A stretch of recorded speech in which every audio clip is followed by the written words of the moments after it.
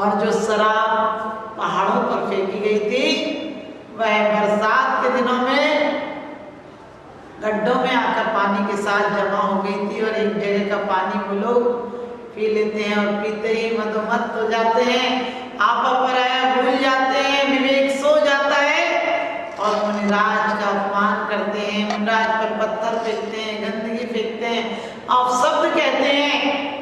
और जब चरम सीमा हो जाती है तो दीपायन मुनि को भी क्रोध आ जाता है और क्रोध आ जाता है, उनके हाथ से पुतला निकलता है, द्वारिका को भस्म कर देता है। और इतना ही नहीं, इधर कृष्ण चले जाते हैं अपने राज्य को छोड़कर। जब सब कुछ भस्म हो गया था, सारी द्वारिका भस्म हो गई थी, सब अपने जल गए थे, तो वहां जाते हैं और वहां जाने के बाद जरद कुमार जो 12 वर्ष का इंतजार करने के बाद शिकार खेल रहा था, अचानक उसका बाण कृष्ण के पैर में लग जाता है और कृष्ण की मौत हो जाती है। लेकिन कृष्ण की विशालता देखो कि मरते टाइम भी जरद कुमार को अपने हाथ का चूड़ामणि देते हैं और कहते हैं जाओ तुम पांडवों के पास, ये मत कहना कि तुम्हारे हाथ से मेरी मौत हो गई वरना तुम्हें मार देंगे वो। और इस यादव वंश की रक्षा करना, इस यादव वंश की परंपराओं को निभाना।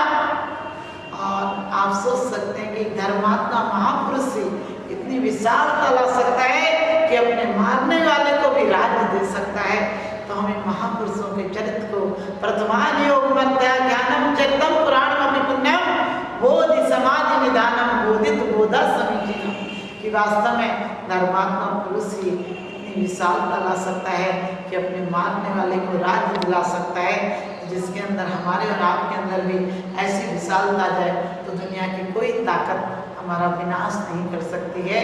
हमारी हर ताकत, विनाश की ताकत भी हमारे विकास में कारण बने और आप सबके जीवन में जो थोड़ा बहुत बाधाएं आती हैं वो भी आपके लिए पुरस्कार बन जाए।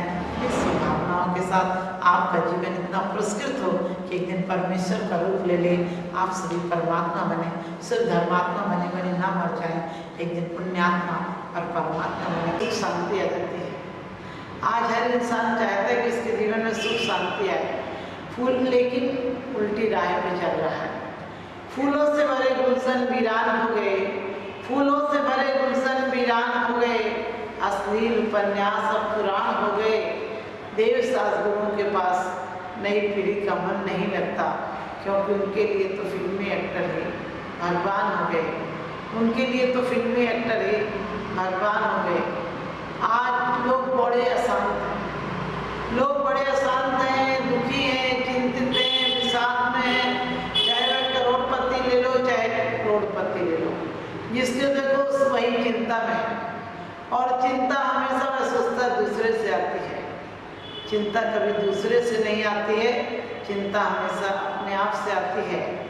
किसी क्रिया का नाम धर्म नहीं है, कोई माला फेर लेना, शास्त्र पढ़ लेना, राम राम रट लेना, जनेऊ पहन लेना, ये सब धर्म नहीं है। लेकिन यदि धर्मात्मा होगा तो ये सब अपने आप हो जाएगा, उसे करना नहीं पड़ेगा। धर्मात्मा नाटक नहीं करता, धर्मात्मा हकीकत की जिंदगी में जीता है।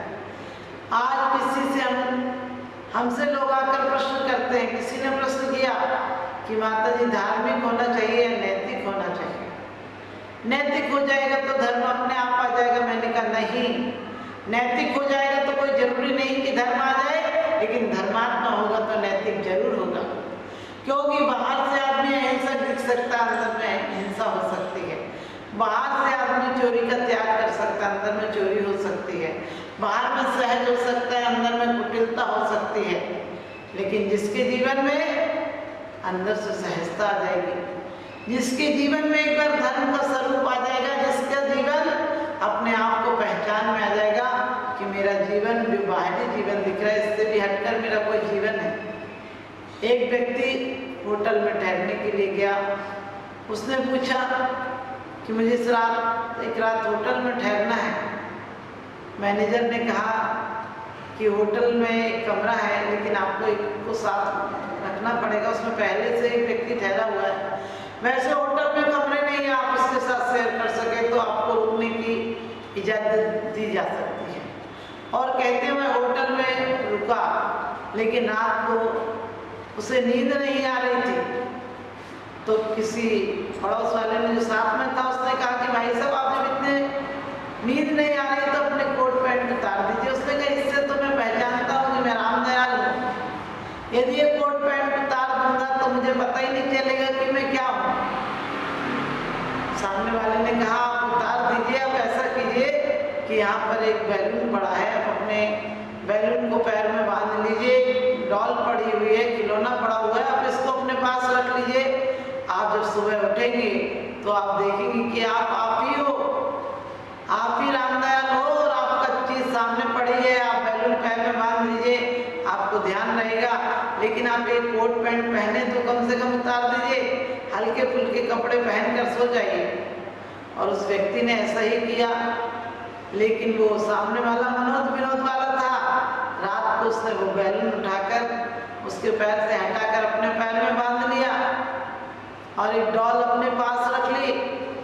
सुबह उठा रामदयाल तो कहने लगा मुझे इसी बात का डर था, अरे मैं था, मेरे पैर में डॉल बंधी थी, अब ये बताओ कि मैं रामदयाल हूँ या तुम रामदयाल हो, यही शंका हो रही है। क्योंकि वो डॉल थी, बैलून था, तो मुझे पहचान था कि मैं रामदयाल हूँ। आज हर इंसानों ने भी अपनी पहचान भी मकान से बना ली है, दुकानों से बना ली, फैक्ट्रियों से बना ली, अपने वोटिंग कार्ड से बना ली, आईडी से बना ली, लेकिन अपनी पहचान के बिना सब अधूरा है। अपनी पहचान किससे होती है? हमें किस घर में पैदा होते हैं इससे पहचान नहीं होती है। ये सब पहचानें हमारी बाहरी हो सकती हैं। हम एक फैक्ट्री छोड़कर दूसरी फैक्ट्री में जा सकते हैं, देश छोड़कर विदेश जा सकते हैं, विदेश छोड़कर देश में आ सकते हैं, गांव छोड़कर शहर जा सकते हैं, शहर छोड़कर गांव में आ सकते हैं, कॉलोनियां बदल सकते हैं, फ्लैट बदल सकते हैं, लेकिन बदलना तो अपने आप को है। आज तक हमने मकान बदले हैं, सामान बदला है, जगह बदली है, व्यक्ति बदले हैं, लेकिन अपने आप को कभी नहीं बदला। और जो अपने आप को बदल लेता है उसका तमाम जीवन परिवर्तित हो जाता है, उसे बाहर के परिवर्तनों की कोई जरूरत नहीं पड़ती है। अभी तो हमारा सब कुछ बदला हुआ है, सब कुछ बदला है, लेकिन क्या करोगे, दिल तो वही पुराना का पुराना है। हम सोचते हैं कि धार्मिक हो जाएंगे, हम धार्मिक हो कैसे जाएंगे? धार्मिक तो हम हैं, हमने बाहर के आवरण बहुत डाल रखे हैं, हमने बाहर से अपनी पहचान बना ली है। बहुत बड़ा एक कबीर हुआ है, गीतकार हुआ है, और कहते हैं कमाल। और वो जब गालिब नाम का हुआ है, और गालिब जब एक बार किसी जगह गया, राज दरबार में उसका निमंत्रण था, तो लोगों ने उससे कहा भी कि गालिब तुम अच्छे कपड़े पहन लो, राज दरबार में जा रहे हो। उसने कहा मेरी तो कला ही इतनी है कि लोग मुझे वहाँ पहचान लेंगे, कपड़े अच्छे पहनने की क्या जरूरत, जो मैं पहने हूँ वैसे ही चला जाता हूँ। और जब गया और उसने कहा कि मैं गालिब हूँ, नौकरों ने कहा गालिब लग तो रहे बिल्कुल सादा से, ऐसा गालिब हो सकता है क्या? अरे राज दरबार का इतना बड़ा कवि इतना सामान्य हो सकता है क्या? और गालिब को नहीं जाने दिया, पहरेदारों ने धक्के मार कर निकाल दिया। कहने कोई फटे हाथ दिमाग खराब है जिसका, वो कह रहा मैं गालिब हूँ। गालिब होता राज दरबार का इतना बड़ा कवि तो अपना कुछ तो स्टैंडर्ड होता, कुछ तो उसकी विशेषताएं होती, वो देखने में भी अच्छा होता, कपड़े भी अच्छे होते। और निकाल दिया उसे। उसने आकर अपने मित्र से कहा, तो मित्र ने कहा मैंने तो तुमसे पहले ही कहा था तुम राज दरबार में जा रहे हो, कला कौन देखता है, आजकल तो सब कुछ बाहर का देखते हैं लोग, और मैंने कहा था कि तुम अच्छे कपड़े पहन कर जाओ। और वो आया और कपड़े बदल कर बढ़िया रास्ते, बढ़िया चूड़ीदार आदि शेरवानी पहन कर गया। और उसके बाद उन्हीं पहरेदार ने कहा कि आप कौन है? उसने कहा कि मैं गालिब हूँ।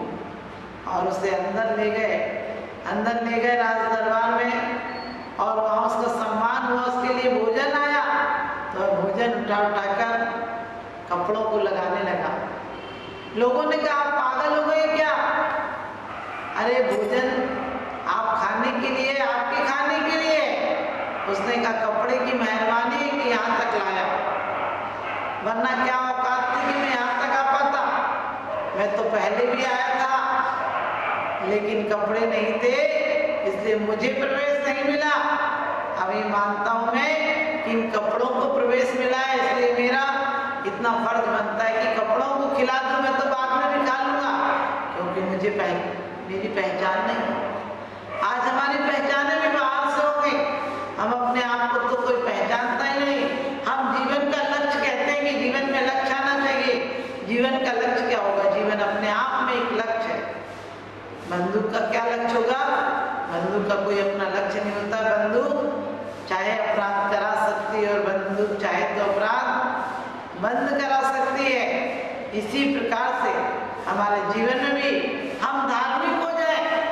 धार्मिक हर व्यक्ति सुखी होता है, वह किसी भी परिस्थिति में हो, वह सुखी होता है।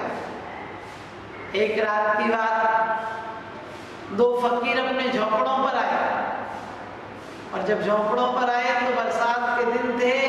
उनके आने के पहले उनका झोंपड़ा बह गया। झोंपड़ा बह गया। अब जो एक चेला था और एक गुरु था, जो वृद्ध गुरु थे वो तो भक्ति गाने लगे, झूमने लगे, लेकिन जो चेला था वो गालियां देने लगा भगवान को। कहने लगा इसी बातों से तो भगवान से विश्वास उठ जाता है। हम दिन रात इसका नाम लेते हैं और उसके बाद भी इसने एक झोंपड़ा नहीं बचाया।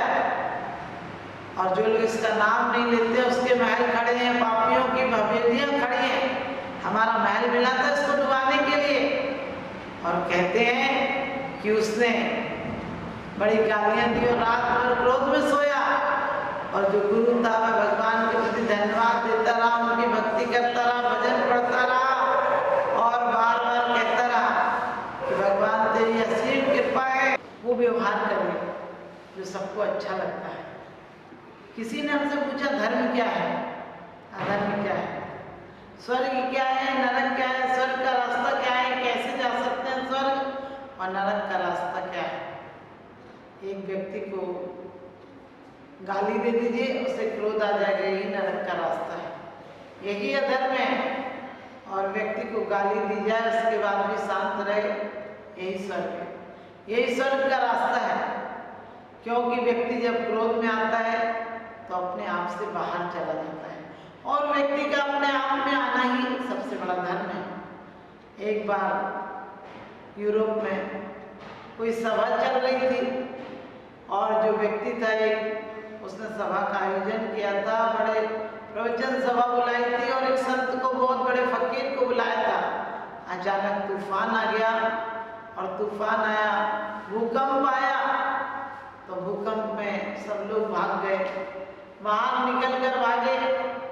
और एक व्यक्ति था जो संत था, वह बैठा रहा, सब लोग भाग गए।